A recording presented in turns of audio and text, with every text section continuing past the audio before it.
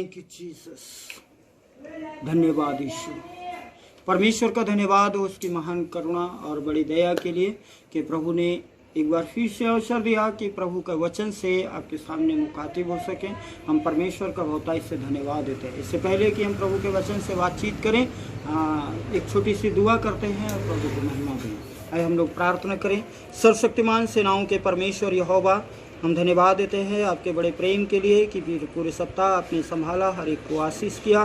सो प्रभु यीशु, हम आपका धन्यवाद देते हैं। प्रिय पिता, आज के वचन को हम आपके हाथों में समर्पित करते हैं। होने दीजिए कि प्रभु जिस रीति से आप अपने लोगों को बचाते हैं, कलीसिया के हर एक व्यक्ति को बचाएं, सुरक्षित रखें और आशीष करें। और आज के वचन के द्वारा प्रभु लोगों को जीवन में परिवर्तन लेके आएँ कि वे अपने जीवन की बुराइयों को मिटाकर और अच्छाई और पवित्रता में अपने जीवन जिएं और आपको महिमा दें। आप सहायक हों, अपने अनुग्रह और करुणा से परिपूर्ण करें और आप आशीष करें। यीशु मसीह के नाम से मांगते हैं, आमीन। Thank you Jesus. परमेश्वर का स्तुति हो उसकी महान दया के लिए। पिछली बार हमने पिछले वचन में देखा कि किस रीति से परमेश्वर ने अपने दास गिदोन को अपनी सेवकाई के लिए चुना। मेरे प्रियो, गिदोन कहता था कि मैं अपने कुल में सबसे छोटा हूँ और दूसरी बात, मनुष्य में सबसे निर्धन व्यक्ति, निर्धन परिवार का, और उसमें भी अपने परिवार के अंदर सबसे छोटा व्यक्ति गिदोन जब परमेश्वर की सेवकाई के लिए चुना गया। मेरे प्रियो, परमेश्वर से गिदोन ने मना किया कि प्रभु मैं ये कार्य नहीं कर सकता, मैं सेवकाई के इस कार्य को नहीं कर सकता। तब परमेश्वर ने गिदोन से इस बात को कहा। न्यायों की किताब उसका 6 अध्याय के 14 पद को यदि हम पढ़ते हैं तो यहाँ पर प्रभु का वचन लिखा है, तब यहोवा ने उस पर दृष्टि करके कहा, अपनी इसी शक्ति पर जा और तू इजराइलियों को मिधानियों के हाथ से छुड़ाएगा, क्या मैंने तुझे नहीं भेजा? उसने कहा, तू जो अपने आप को मनुष्य के कुल में सबसे निर्धन कुल बताता है, तू जो अपने आप को सबसे छोटा, सबसे कमजोर और सबसे गरीब कहता है, तू जो कहता है मुझ में कोई शक्ति नहीं है, तू जो कहता है मुझ में कोई सामर्थ्य नहीं है, तू जो कहता है मैं बिल्कुल निर्धन हूं और मेरे पास कोई व्यवस्था नहीं है, मेरे पास कोई सुविधा नहीं है कि मेधानियों के हाथों से मैं अपने कुल और अपने लोगों को आजाद कराऊं, तू इसी शक्ति पे चला जा। यही कह के मेरे पास तो कुछ नहीं है, लेकिन मेरा परमेश्वर के पास संपूर्ण संसार, संपूर्ण विश्व है और विश्व की हर एक ताकत मेरे प्रभु, मेरे परमेश्वर की मुट्ठी में है। तू इसी शक्ति पर चला जा। और जब मेरे प्रियो गिदोन तैयार हुआ, उसने प्रभु से परीक्षा ली। पिछले सप्ताह में हमने देखा, पिछले वचन में हमने देखा किस रीति से गिदोन ने कहा कि प्रभु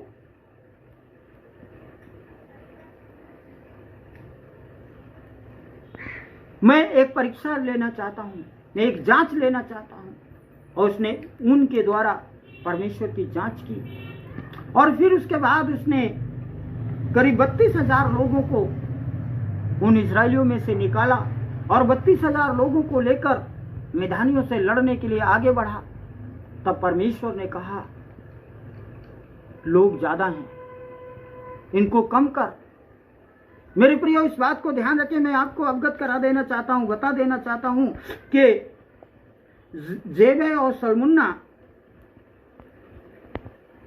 जो मिधानियों के अधिकारी थे, वे 1,35,000 की संख्या में थे। 1,35,000 सैनिक, घुड़सवार, हथियार और तलवारों से लदे हुए,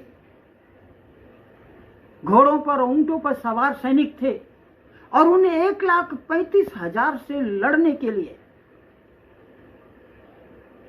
गिदोन 32,000 लोगों को लेकर चला। और फिर भी परमेश्वर इस बात को कहता है, लोग ज्यादा हैं, इनको कम कर। और तब परमेश्वर ने गिदोन से कहा, जो लोग डर के मारे थरथराते हो उनको अलग कर दे, और जो डर के मारे नहीं थरथराते हैं, मजबूत हैं, उनको अलग कर। और जब उन 32,000 में से छटनी की गई तो मेरे प्रियो सिर्फ 300 लोग ऐसे बचे जिनको अलग किया। 300 लोगों को लेकर 1,35,000 की सेना से लड़ने के लिए गिदोन चल पड़ता है। किस बात को लेकर चल गया? 300 लोग, 1,35,000 लोग, कितना बड़ा अंतर है। और उस पर भी वे घोड़े और ऊंट पर सवार सेना है, तलवारें और धनुष उनके हाथों में है। ऐसी सेना से लड़ने के, एक विशाल सेना से लड़ने के लिए 300 लोगों को लेकर, सिर्फ 300 मात्र लोगों को लेकर जब गिदोन निकलता है, मेरे प्रियो, वह मिधानियों की छावनी के पास जाकर अपने डेरे को डाल देता है। और तब परमेश्वर का वचन कहता है, रात के पहर में परमेश्वर ने गिदोन से कहा, गिदोन उठ और इन लोगों को। गिदोन कहने लगा, अब क्या करें हम? अगर हम 7 अध्याय में जाएं, 7 अध्याय के 13 पद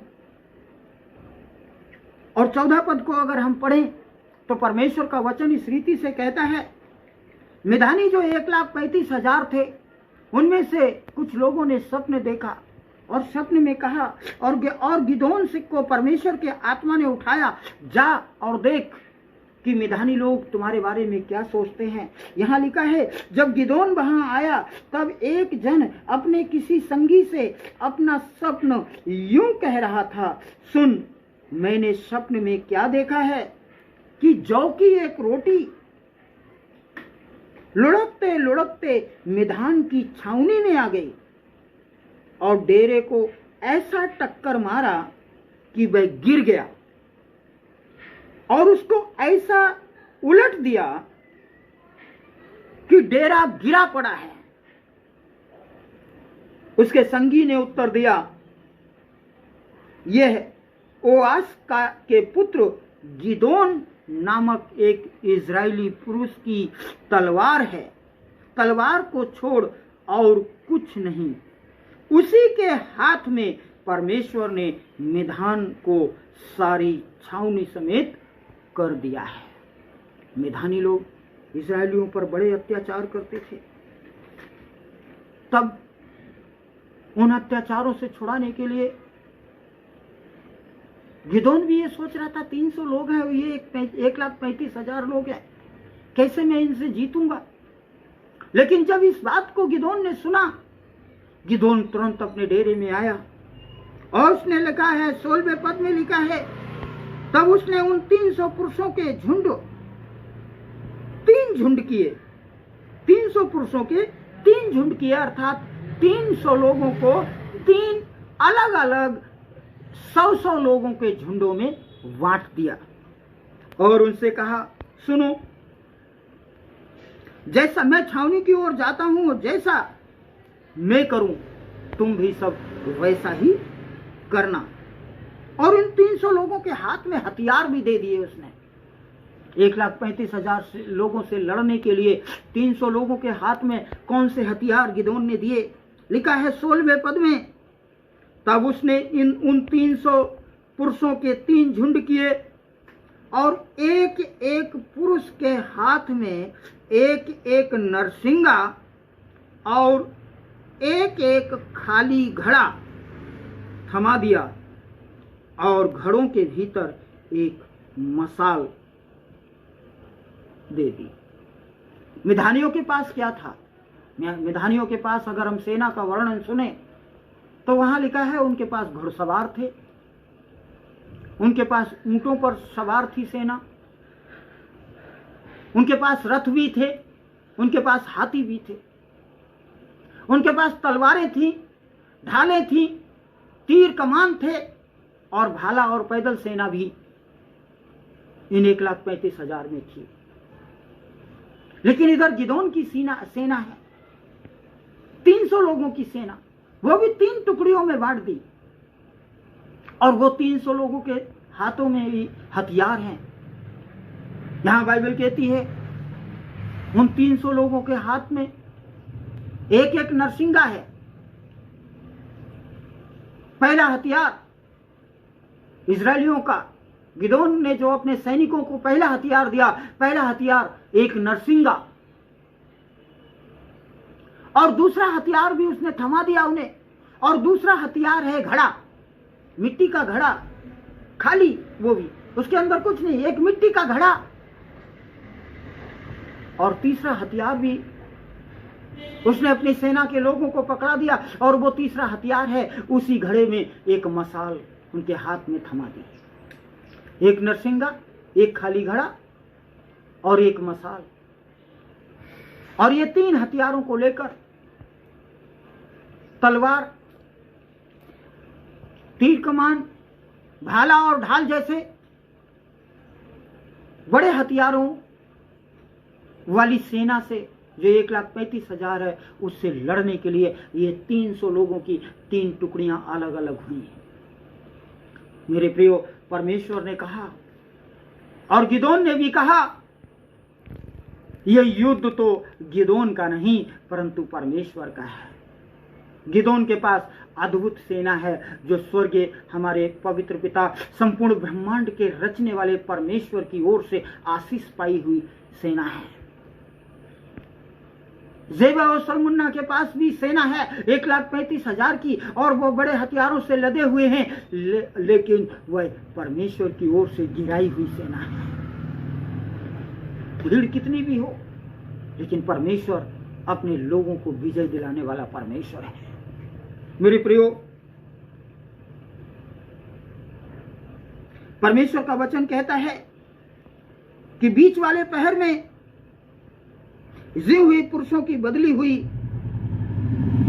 तो ही गिदोन ने अपना नरसिंगा फूंक दिया। और जैसे ही गिदोन ने अपना नरसिंगा फूंका, उन 300 लोगों ने भी, सब लोगों ने एक साथ अपने नरसिंगों को फूंक दिया। आप समझ सकते हैं कितना बड़ा भूडोल हुआ होगा, कितनी तेज आवाज हुई होगी जब 300 नरसिंगे एक साथ फूंके गए। उन 300 नरसिंगों को जब पहला गिदोन ने फूंका, और उसके बाद 300 लोगों ने 3 अलग अलग टुकड़ियों में अलग अलग बटे हुए लोगों ने उन नरसिंगों को फूंका, और फिर गिदोन ने अपने घड़े को फोड़ा, और वैसे ही उन 300 लोगों ने भी अपने घड़ों को फोड़ दिया। उन खाली घड़ों को, मिट्टी के घड़ों को गिदोन ने फोड़ा, और फिर उन 300 लोगों ने भी फोड़ दिया। और जब गिदोन के हाथों नरसिंगा फूंकना और घड़े फूटने की आवाज को मिधानियों ने सुना, और मिधानियों के अंदर बाइबल कहती है मेरे प्रियो, एक बड़ा भय छा गया। वो मिधानी सेना के अंदर एक भयानक डर छा गया, और सब अपने तंबुओं को छोड़ छोड़कर भाग खड़े हुए। और उन्होंने सोचा कुछ ना कुछ, कोई भूडोल हो गया, कुछ बड़ी आफत उनके जीवन में आ गई। और अपने हथियारों को, अपनी तलवारों को, अपने सभी समस्त हथियारों को, अपने घोड़े और गधों को, अपने ऊंटों को, सबको छोड़ छोड़कर वह मैदानी सेना पैदल ही भागने लगी। और फिर उस सेना के पीछे ये 300 लोग नरसिंगा फूंकते हुए और परमेश्वर की जय जयकार करते हुए, परमेश्वर का भजन, परमेश्वर की आराधना, उसकी जय जयकार करते हुए पीछे पड़ गए। और मेरे प्रियो, इस रीति से उन 300 लोगों के बदले परमेश्वर ने अपने 300 लोगों के द्वारा 1,35,000 को पराजित कर दिया। और उन पराजितों के, और लिखा है 21वें पद को जब हम पढ़ते हैं, 7 अध्याय के 21वें पद को जब हम पढ़ते हैं, तो वहां लिखा है, तब वे छावनी के चारों ओर अपने अपने स्थान पर खड़े रहे, और सब सेना के लोग दौड़ने लगे, और उन्होंने चिल्ला चिल्ला कर उन्हें भगा दिया। चिल्ला चिल्ला कर, नरसिंगे फूंक फूंक कर और चिल्ला चिल्ला कर उन्होंने उनको भगा दिया और उन्हीं के हथियारों को लूट लिया और उन्हीं के तमाम प्रकार की वस्तुओं को, उनके घोड़ों को, उनके गधों को, उनके ऊँटों को, उनके हाथियों को, उनके रथों को और उनकी तलवारों को, उन सब को इस रीति से उन 300 लोगों ने एक गिदोन की अगुवाई के द्वारा लूट लिया।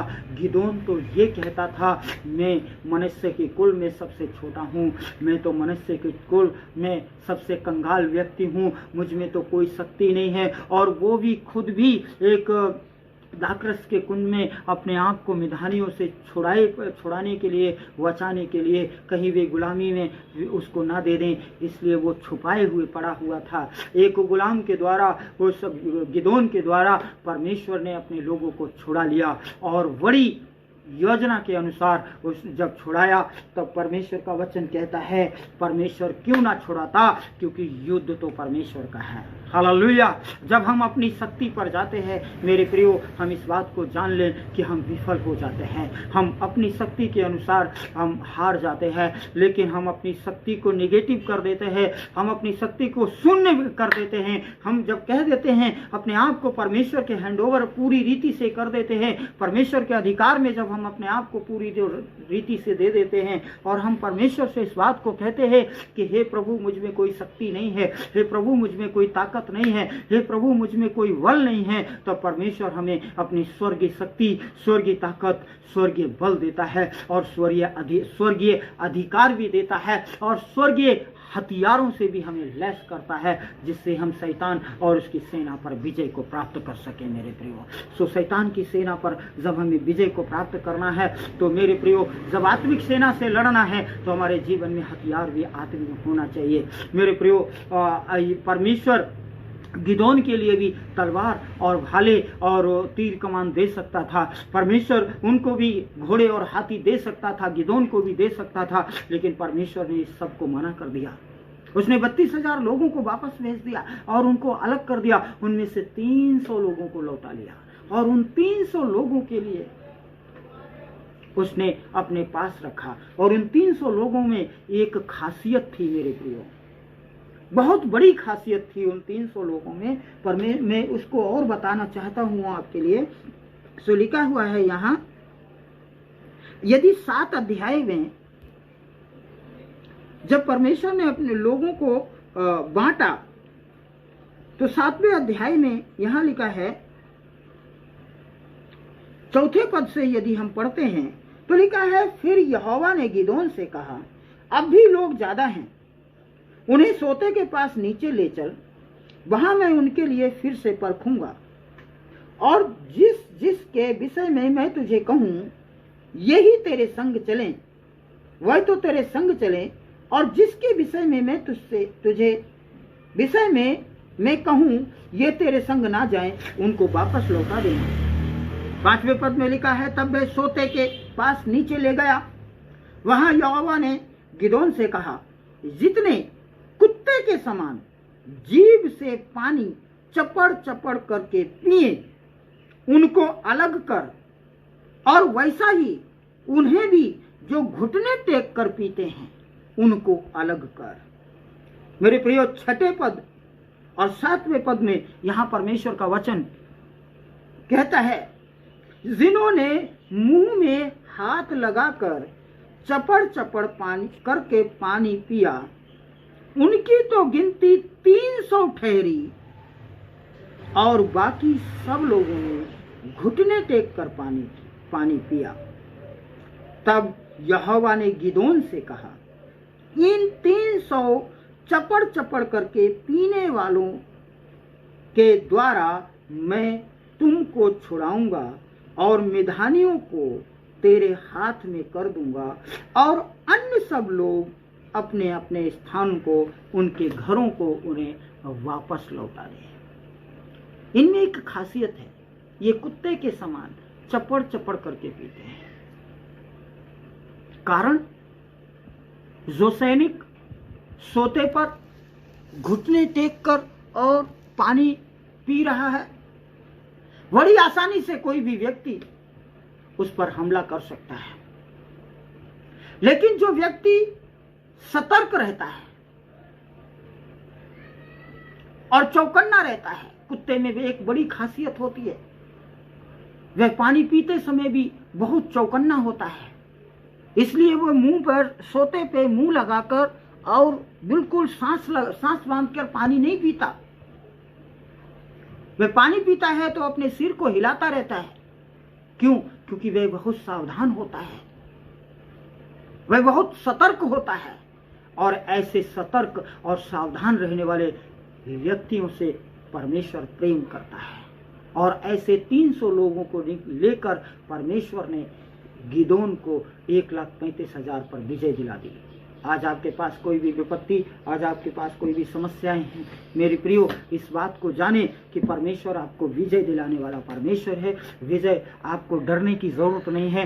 परमेश्वर एक बड़ी सेना को हरा देने वाला। आपके पास कितनी भी बड़ी समस्याएं, कितनी भी बड़ी विपत्तियां, कितनी भी बड़ी परेशानियां क्यों ना हो, आप परमेश्वर के हाथ में कर दें और अपने आप को कहें, प्रभु मुझ में कोई शक्ति नहीं, मुझ में कोई सामर्थ्य नहीं, मैं निर्बल हूँ, मैं बलहीन हूँ, मैं शक्तिहीन हूँ। और तब परमेश्वर आपको बड़ी और अद्भुत आशीषों से अभिषेक करेगा और अपने अनुग्रह से परिपूर्ण करेगा। प्रभु आपको आशीष दे और अपने अनुग्रह से परिपूर्ण करे। सबको जय।